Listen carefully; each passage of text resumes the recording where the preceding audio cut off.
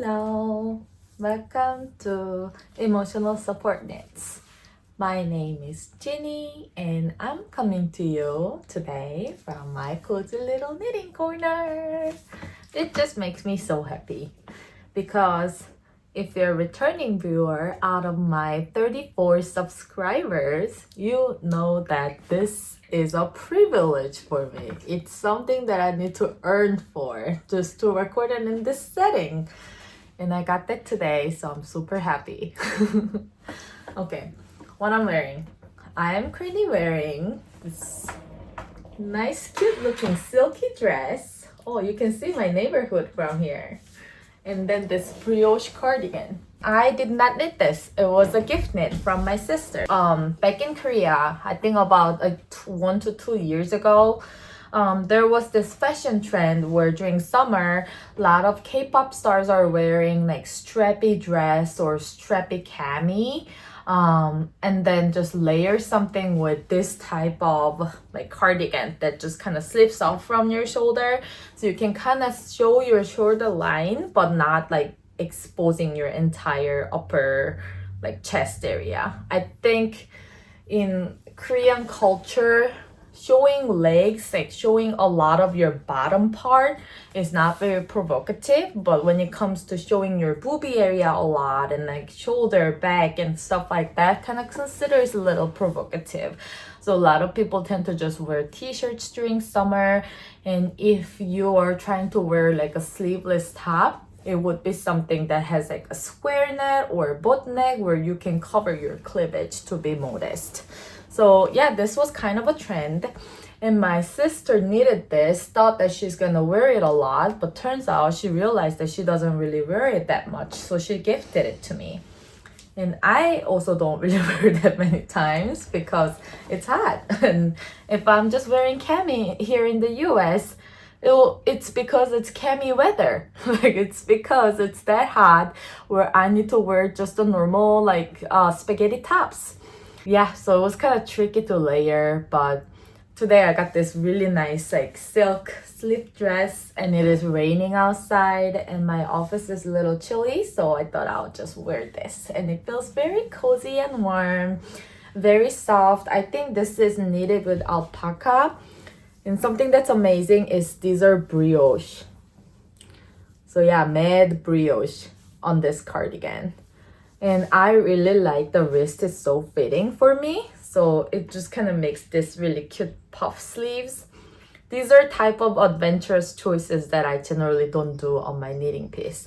So just getting it from somebody who needed this piece and then get it gifted, and then so I can try a different fit is just exciting. Today is Friday. It is raining outside. We're just taking a relaxing day. And yeah, I just kind of feel like the crazy part of the hectic days are over because August is approaching.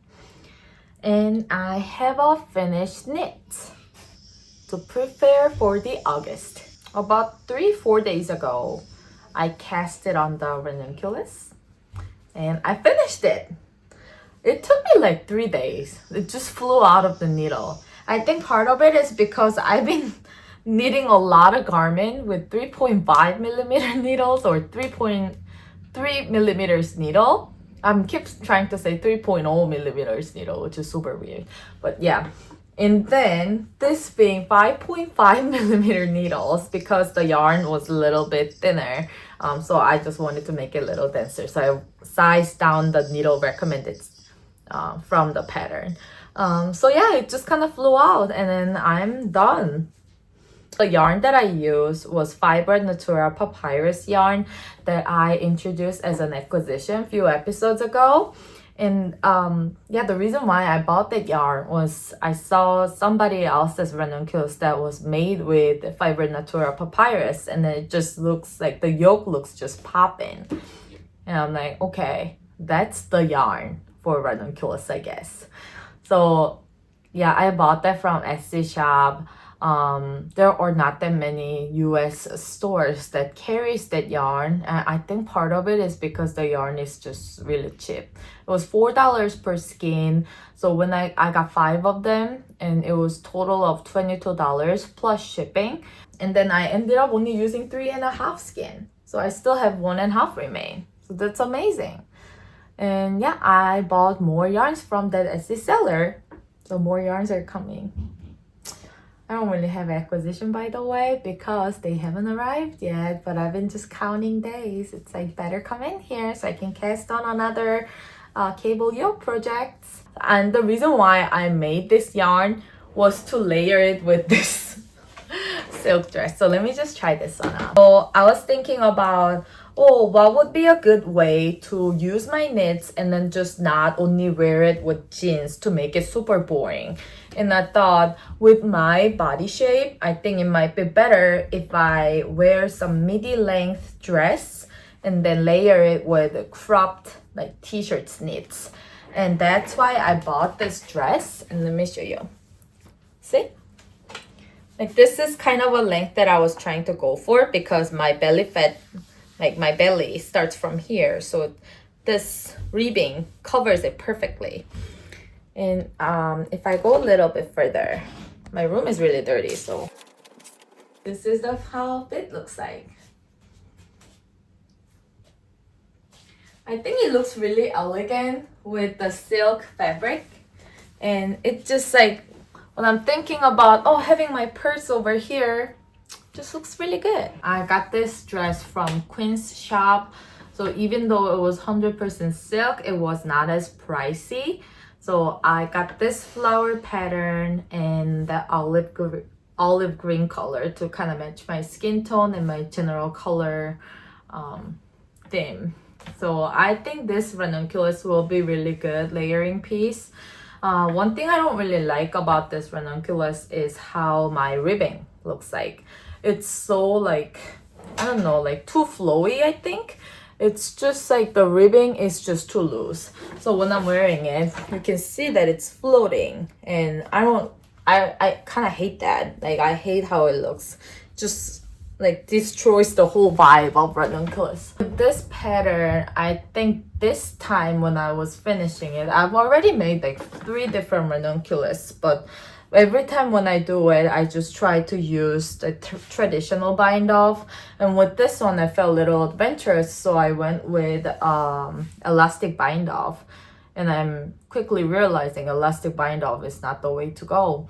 So yeah, I'm going to just unwind this part and make it into a traditional bind off or I-cord bind off, and to make it a little bit better finished touch. And then about the arms too, like this is already bound off and all I need to do is blocking, but I really don't like the length of this. It's a little above my comfort zone, and this I use for elastic bind off as well. And I think this time I'm just gonna do it properly and then unwind this part and then just add 1 or 2 rounds of the ribs and then finish it. So it just looks more, I don't know, like put together, I guess. So yeah, that's my ranunculus. So I felt a little uncomfortable wearing that brioche shawl cardigan because I just felt a little too booby. So I'm just gonna wear this and then move forward. My next one is my Ilha t-shirts. This is typical circular yoke design. It also has really intricate circular yoke. I think so far this has been like my number 2 favorite after ranunculus. It was very fun to work with, and I use 100% Mulberry silk yarn for this pattern. So it's just like super slippery and just super soft and brings me so much joy whenever I'm knitting it. Honestly, if I put my dedication and motivation into it, I would have finished this already. But the only thing that kind of took a little bit of the time that I expected was the final ribbing. So the final body hem comes with cable motif as well. And I'm not really sure what kind of cable motif is still, because like I read the pattern, but I'm just like, I don't get it. Like I don't understand. Like, do you want the cable throughout the round, or do you want me to tweak it a little bit? Like, it was just not very clear to me. But the way pattern explained was pretty clear. It was just not clear to me. So I had my tryout a couple times, and for 2 days, just knit and then unwind, knit and unwind. And then during that process, I realized, you know what? F this. I'm just gonna do the typical ribbing. So my plan is to move forward with KFB and then P1 and then just finish this body, because I really don't think another cable ribbing is necessary, because the waistline already has really pretty cable, and we are connecting this to the ribs as well, so the rib doesn't have to be too complicated. And I don't really like what the ribs look like on the pattern. I don't know if I'm vibing with the cable design, so there's already so much going on. And this will be another layering piece with this type of dress that I'm wearing, so I don't think there should be a lot going on. No, it will be kind of distracting when I'm wearing like silk glowy shiny dress underneath.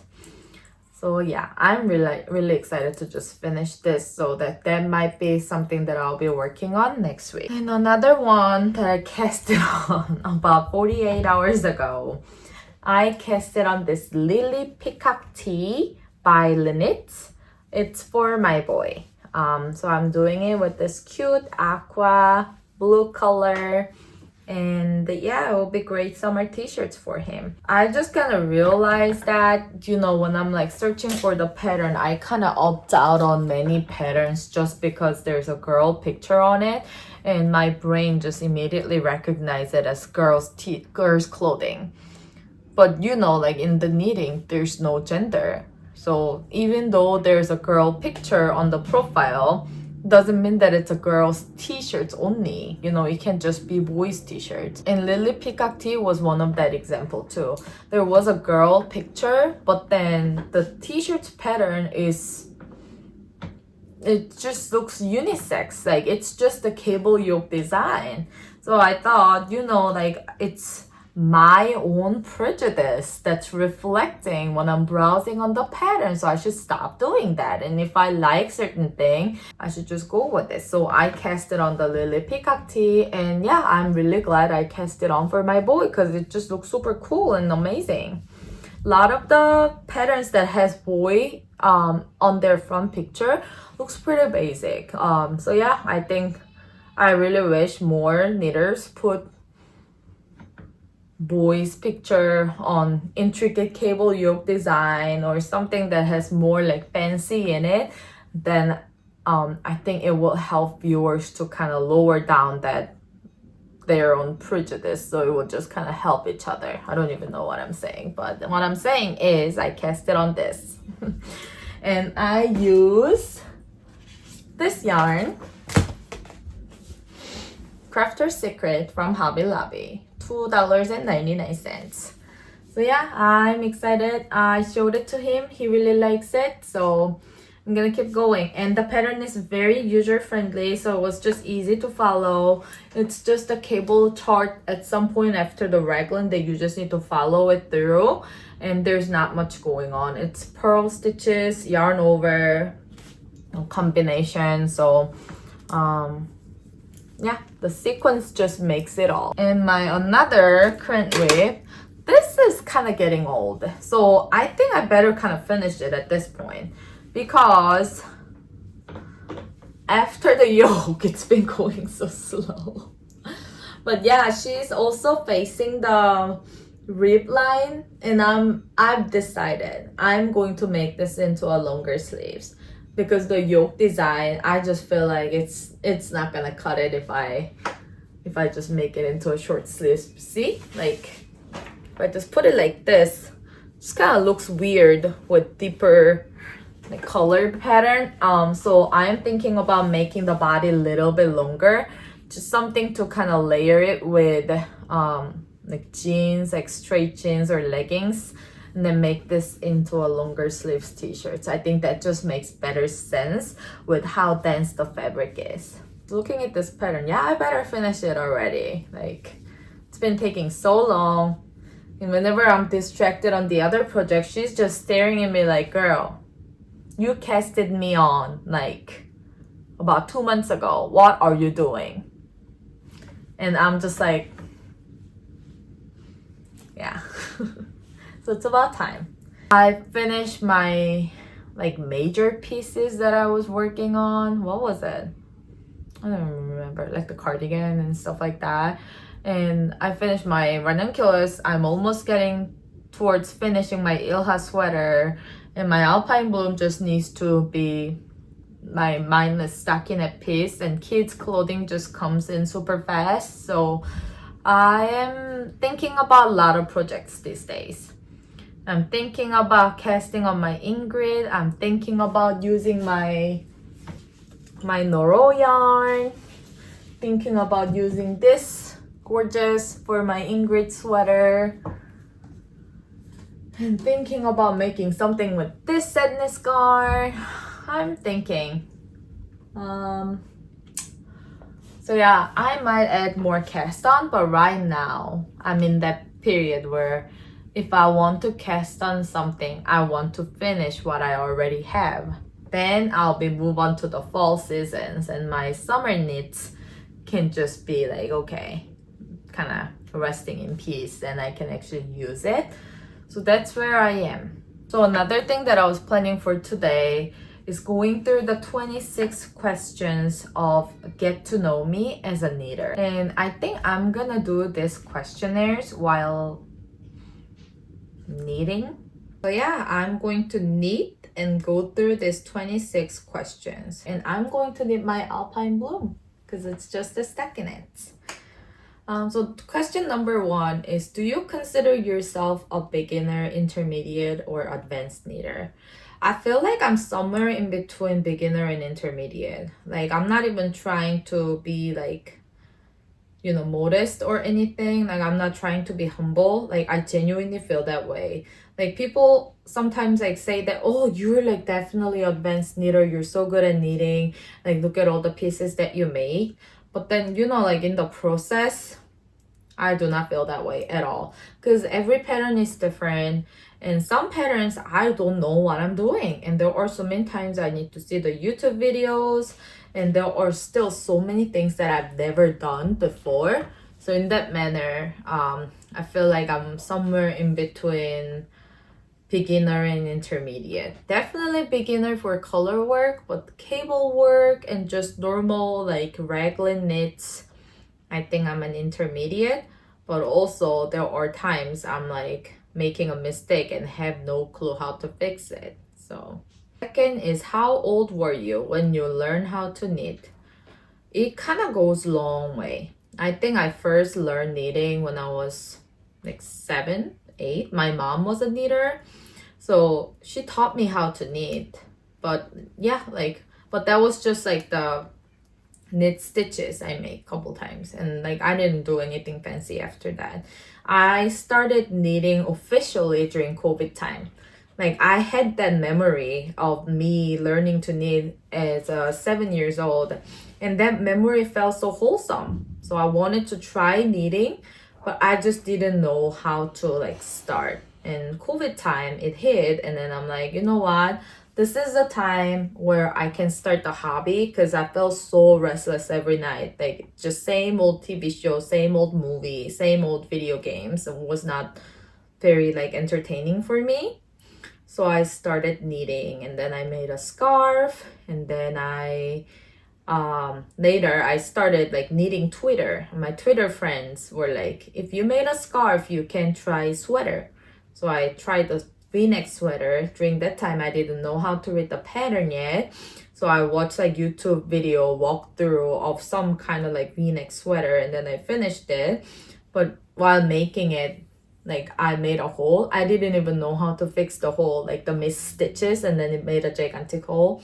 So my first knitted sweater had a couple of holes on it. The next question is, do you do any other fiber crafts? No. Crochet is too complicated for me. Sewing is The only sewing I do is the Kitchener stitch sometimes I do for the body bind off. Yeah, other fiber crafts are not that entertaining for me. Knitting all the way. What are your non-fiber hobbies? I really like fishing. So as you can see from here, you see my fishing pole? I bought that at the Bass Pro Shop. I've never used it yet because I could not have time to go out with my partner and then do the fishing for an entire day because we have 2 kids. Yeah, but I fish and then I play video game. I really like playing Sims. Sims 3 to be exact. Sims 4 just doesn't... I know, I kind of messed up the angle, so hold on. Okay. So Sims 4 doesn't really appear to me. But also, like, I haven't played those video games for a while because I'm too busy to knit. Okay, the next question is, who do you knit for most often? I mean, as you can see myself, I'm pretty selfish knitter, even though I'm a mom. I'm like, you know, kids outgrow clothing so many times, and I know, like, if I knit it, it's just gonna be good for this season, and I don't really want to make it so big. So yeah, I tend to just kind of knit 1 or 2 special things for my kids when I want to, but mostly it's just my clothes. Like, I don't really shop any clothing unless like I have something specific in mind. So yeah, knitting is literally something that I'm filling up my wardrobe. And my husband, and he doesn't want me to spend so much effort in making something and then him ending up not wearing it. So we kind of talked about it. And I really wanted to knit him something, not the garment. So yeah, he agreed on me making a hat for him. So I got this blue sky fiber yarn to make him a hat for this winter. It's very soft. I think it's a merino wool yarn. 40% Highland wool, 30% baby alpaca, 30% silk. Makes sense, yeah. Treks, Ginny, treks. Can you knit in the dark without looking? No. I cannot really look away. I'm not really that type of knitter that can like talk, do other things and knit at the same time. I'm just generally not good at multitasking. And as you can see, like right now I'm knitting and I never once look up on you unless I'm not knitting, like right now. So yeah. How big do you knit your gauge swatches? I am pretty religious. For kids clothing, I just don't knit. It's just like, yeah, I'd rather just cast on the yoke and do the yoke swatches rather than making a gauge swatches. And I feel like, honestly, I don't really get the positive ease, negative ease yet. So I don't really understand. I make the gauge swatch just to see the gauge that I make is fitting the pattern recommended, and if it's 10 centimeter by 10 centimeter, and if it's larger, I know that I need to use like either smaller needle or, you know, make some kind of adjustment to it. But I don't know what that means, like about the positive is, negative is. I just don't get it. So yeah, that's me. And yeah, so like for my garment knitting, like especially when I'm knitting like a top, cardigan, I am pretty religious about making a gauge just to see, you know, what I'm knitting is going to fit, how the pattern describe and the sizing that I'm planning to go for. But for kids knitting, I don't even care. Yeah, if it says like size 2 to 3 years old and this is how many cast on stitches you need to make, sign me up. Yeah, I'll be there and then just casting on. Do you have a FO fail, a project you finished and immediately hid? I didn't hide anything, but I definitely have FO fail. There was a time I made this like butterfly pattern top, and like since I didn't know what I was doing, I was in very beginner stage of my knitting and it was bottom up top. So I think that kind of helped me down on the reason why I don't really like bottom up, because the sizing part was really tricky. So I could try it on when I'm finally done with the top. So the ended up like fit being super weird. So I spent many days figuring out like the patterns and the overall design, how I go about it. But then yeah, it just went into oblivion and I just forgot about that. Another FO fail was there was also a time I tried to cast on something in bottom up design and tried to make a cardigan. And then it became, you know that infinity sign? It became like that. And then I thought, me, beginner myself, that's something that I can just unravel once it grows out. But yeah, once your starting stitches are all twisted, like you gotta unwind it and then do it over.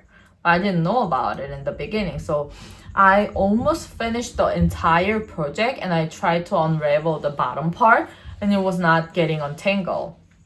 And I asked my Twitter friends, I'm like, okay, so I cast it on like this, the cable seemed little twisted and I'm trying to like untangle it and it's not getting untangled. And they're like, girl, like, you gotta let that go. Like, there's no way to fix it because it's called like infinity sign. So infinity sign like that. So you cannot unravel that. There's no way to untangle it. You gotta just let that go. So that was like my biggest failed moment. I think I actually cried after knowing that because yeah, there was no way to fix it and I was just super sad not knowing and then finishing the whole thing and then knowing that you know, there's no way for fixing that beginning stitches. And then there was another fail where I accidentally put my cardigan in the washer and then my husband, he works in the army part-time, so his uniform was in there and in like army uniform there's like velcros, so the velcro got stuck to the cardigan and he ripped it off. So yeah. I think I cried after realizing that it got ripped off and made a huge hole. And yeah, it just went into the trash can right away. So month of my work. Yeah, it's kind of surprising now that I'm mentioning that I'm still knitting. Those experiences are pretty deep and dark. The next question is, do you have a Mountain Everest project or project you aspire to knit one day? Yes, I do. I think my biggest like aspiration is full color knits, especially Mary Wallen products.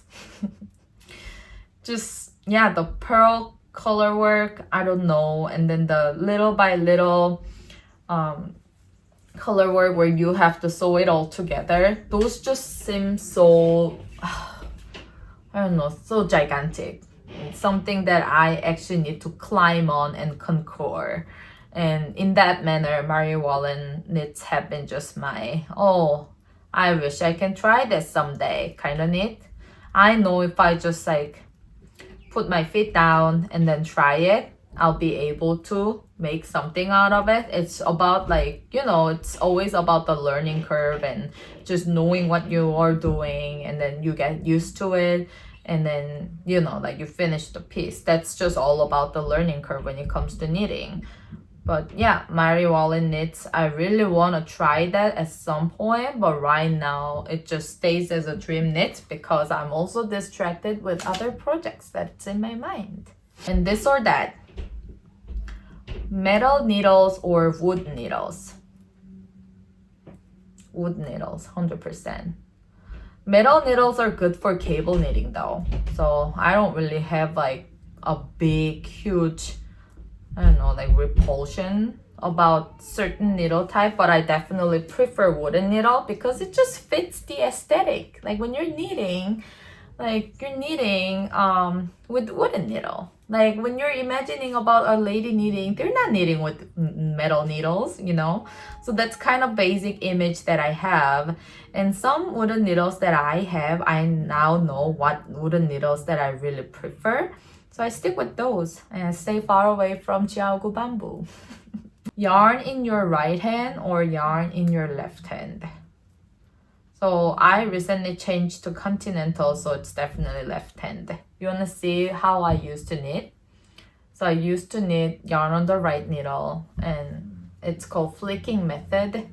So you flick the yarn. So you kind of go like this when you're holding it. And then you're just, yeah, this is how I knit. And it didn't really take that much of a time. And then the stitches, when I'm using continental, it's definitely looser than when I'm using flicking. I really like the flicking method because it helps me to like keep the tension very even, because you're just holding the same distance of the yarn every single time.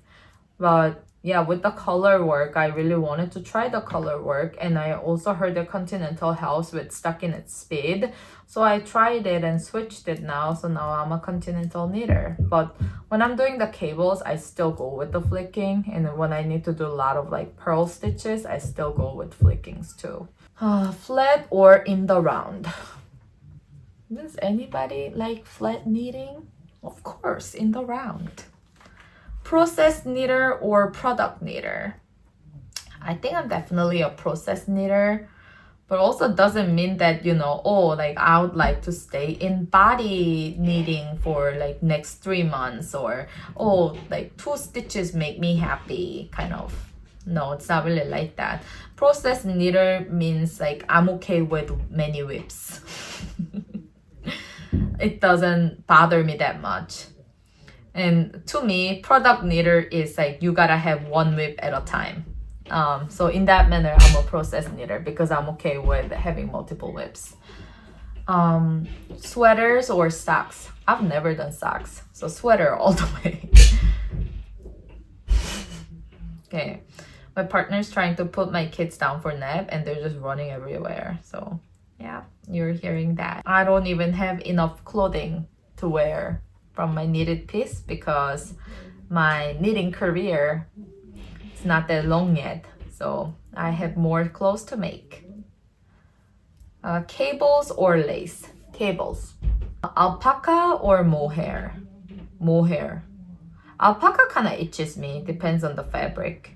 I have an eczema, so on my chest area, and on the days where I eat a lot of junk food or like really oily food, it kind of acts up and then kind of make a little bit of dry spot, and if alpaca touches it, I think it itches a lot. And I use like drops alpaca yarn at once. I don't know what's wrong with the yarn, like that yarn sheds a lot. So I made a cardigan, but whenever I'm wearing it, like my leggings is just covered with mohair. So in that manner, I found my mohair, like I found the mohair that I really, really like that doesn't shed a lot and that has pretty high silk content. So I prefer mohair over alpaca. Knitting in public, cozy or cringe? So I have a lot of feelings about this question. Does anyone find knitting in public cringy? That is like the ridiculous thing. That's so ridiculous. Like, why?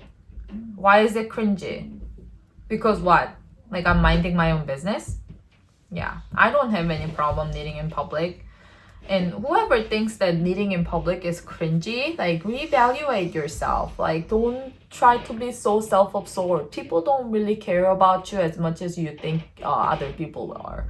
So yeah, it's just like how people are just doing cell phone, making TikTok videos and reading books in public places. I'm knitting. Cringy in that manner is like, you know, when I'm taking this big of a cone yarn out in like Starbucks and knitting, I think that's just a little too much for me. Like that's kind of out of my comfort zone. I feel self-conscious in that moment. So like when I'm just knitting at the Starbucks or coffee shop, I put my yarns in the project bag and only take out my knitting piece. So in that manner, I don't think I can really judge anybody. Okay, favorite stitch pattern. Yes, stockinette is a stitch pattern. All right. I don't think stockinette is really my favorite stitch pattern. It's nice because it's mindless. It's something to get your hands occupied. But I think my favorite stitch pattern is like cable pattern. You know, those like twist, like 4x4 twist and make really cute twist line. Okay, hold on, let me show you. Okay, so these are my jam. I think my favorite stitch patterns are like these. They just like, they scream knitter. So I love these. These braided cable pattern, like these. Just so classic, so iconic, epic. I love these. This is a good reminder that I need to frog this neckline and then knit and then do the proper bind off, but I just kind of don't know where the yarn is. So yeah, winter coming up, I'll do something about it and actually wear it. Favorite FO, finished object picture. I think so far my recent favorite FO is this Tare sweater by Kushil Knits. It's just like really nice ribbing, cable knits. It makes your silhouette looks really nice, and the yarn that I use, cashmere merino, so soft, color, everything, just yeah, very like unique in a basic way. So yeah, I really like that. Favorite increase method. I think my favorite increase method is just KFB, knit front and back. That just works out for me. Or like M1, you know, like M1L. That works too, but I think I like knit front and back better. So I don't have to really pick up stitches. It just gets faster, easier to process. Favorite designer. I don't really have favorite designer. Like, I feel like I'm too new to knitting. Even though I started in COVID time, like I've knitted for like 2 years straight with a lot of effort, but then I had kids, so that kind of distracted me from knitting. So I didn't really knit that many pieces so far. So I don't think I'm that big of a knitter to have a favorite designer yet. But there are some knitters that I just like want to go back to their pattern again. The Ilha sweater designer, I really like the way she wrote the pattern. And I think the Kushil Knits, like her pattern is super user friendly. I heard that Hannah Kim's 1988 cardigan is also very user friendly too. So yeah, a couple of designers I know that they're going to be more beginner friendly when it comes to pattern, more intentional. And favorite yarn weight. I think my favorite yarn weight is DK.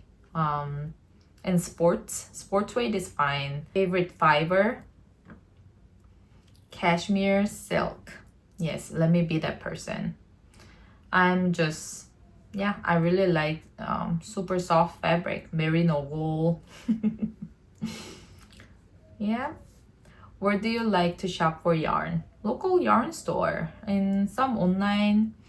For cone yarns, I really like cone and fiber. And I think JC Rennie, like I wouldn't mind about that greasy cone spinning oil. And then for local yarn store, we have this amazing store that carries whole scarf cone. That's called Yarnery in St. Paul. And then we also have this place called Dandelion Fiber Company in Minneapolis that carries a lot of like Wandering Flock yarn. They're more trendy, so I really like shopping there just to check out like what they have. They also have like sadness yarn. There's also this yarn store called Orlane in Champlain. They got a lot of like their own hand-dyed brand or some collaborative work with like general yarn brands. So for example, there's this yarn called Ba Yarn, and they have their own store color scheme, like collab, like Orlane, like the edition. So yeah, I think that's super cool. I have plenty of like great yarn stores that I can go for this area. So yeah, I really like living in Metro. Oh, I forgot about one question from favorites. Favorite place to knit. I think my favorite place to knit is in my car, in my living room, on the corner of my sectional couch at night, and during the daytime in my car.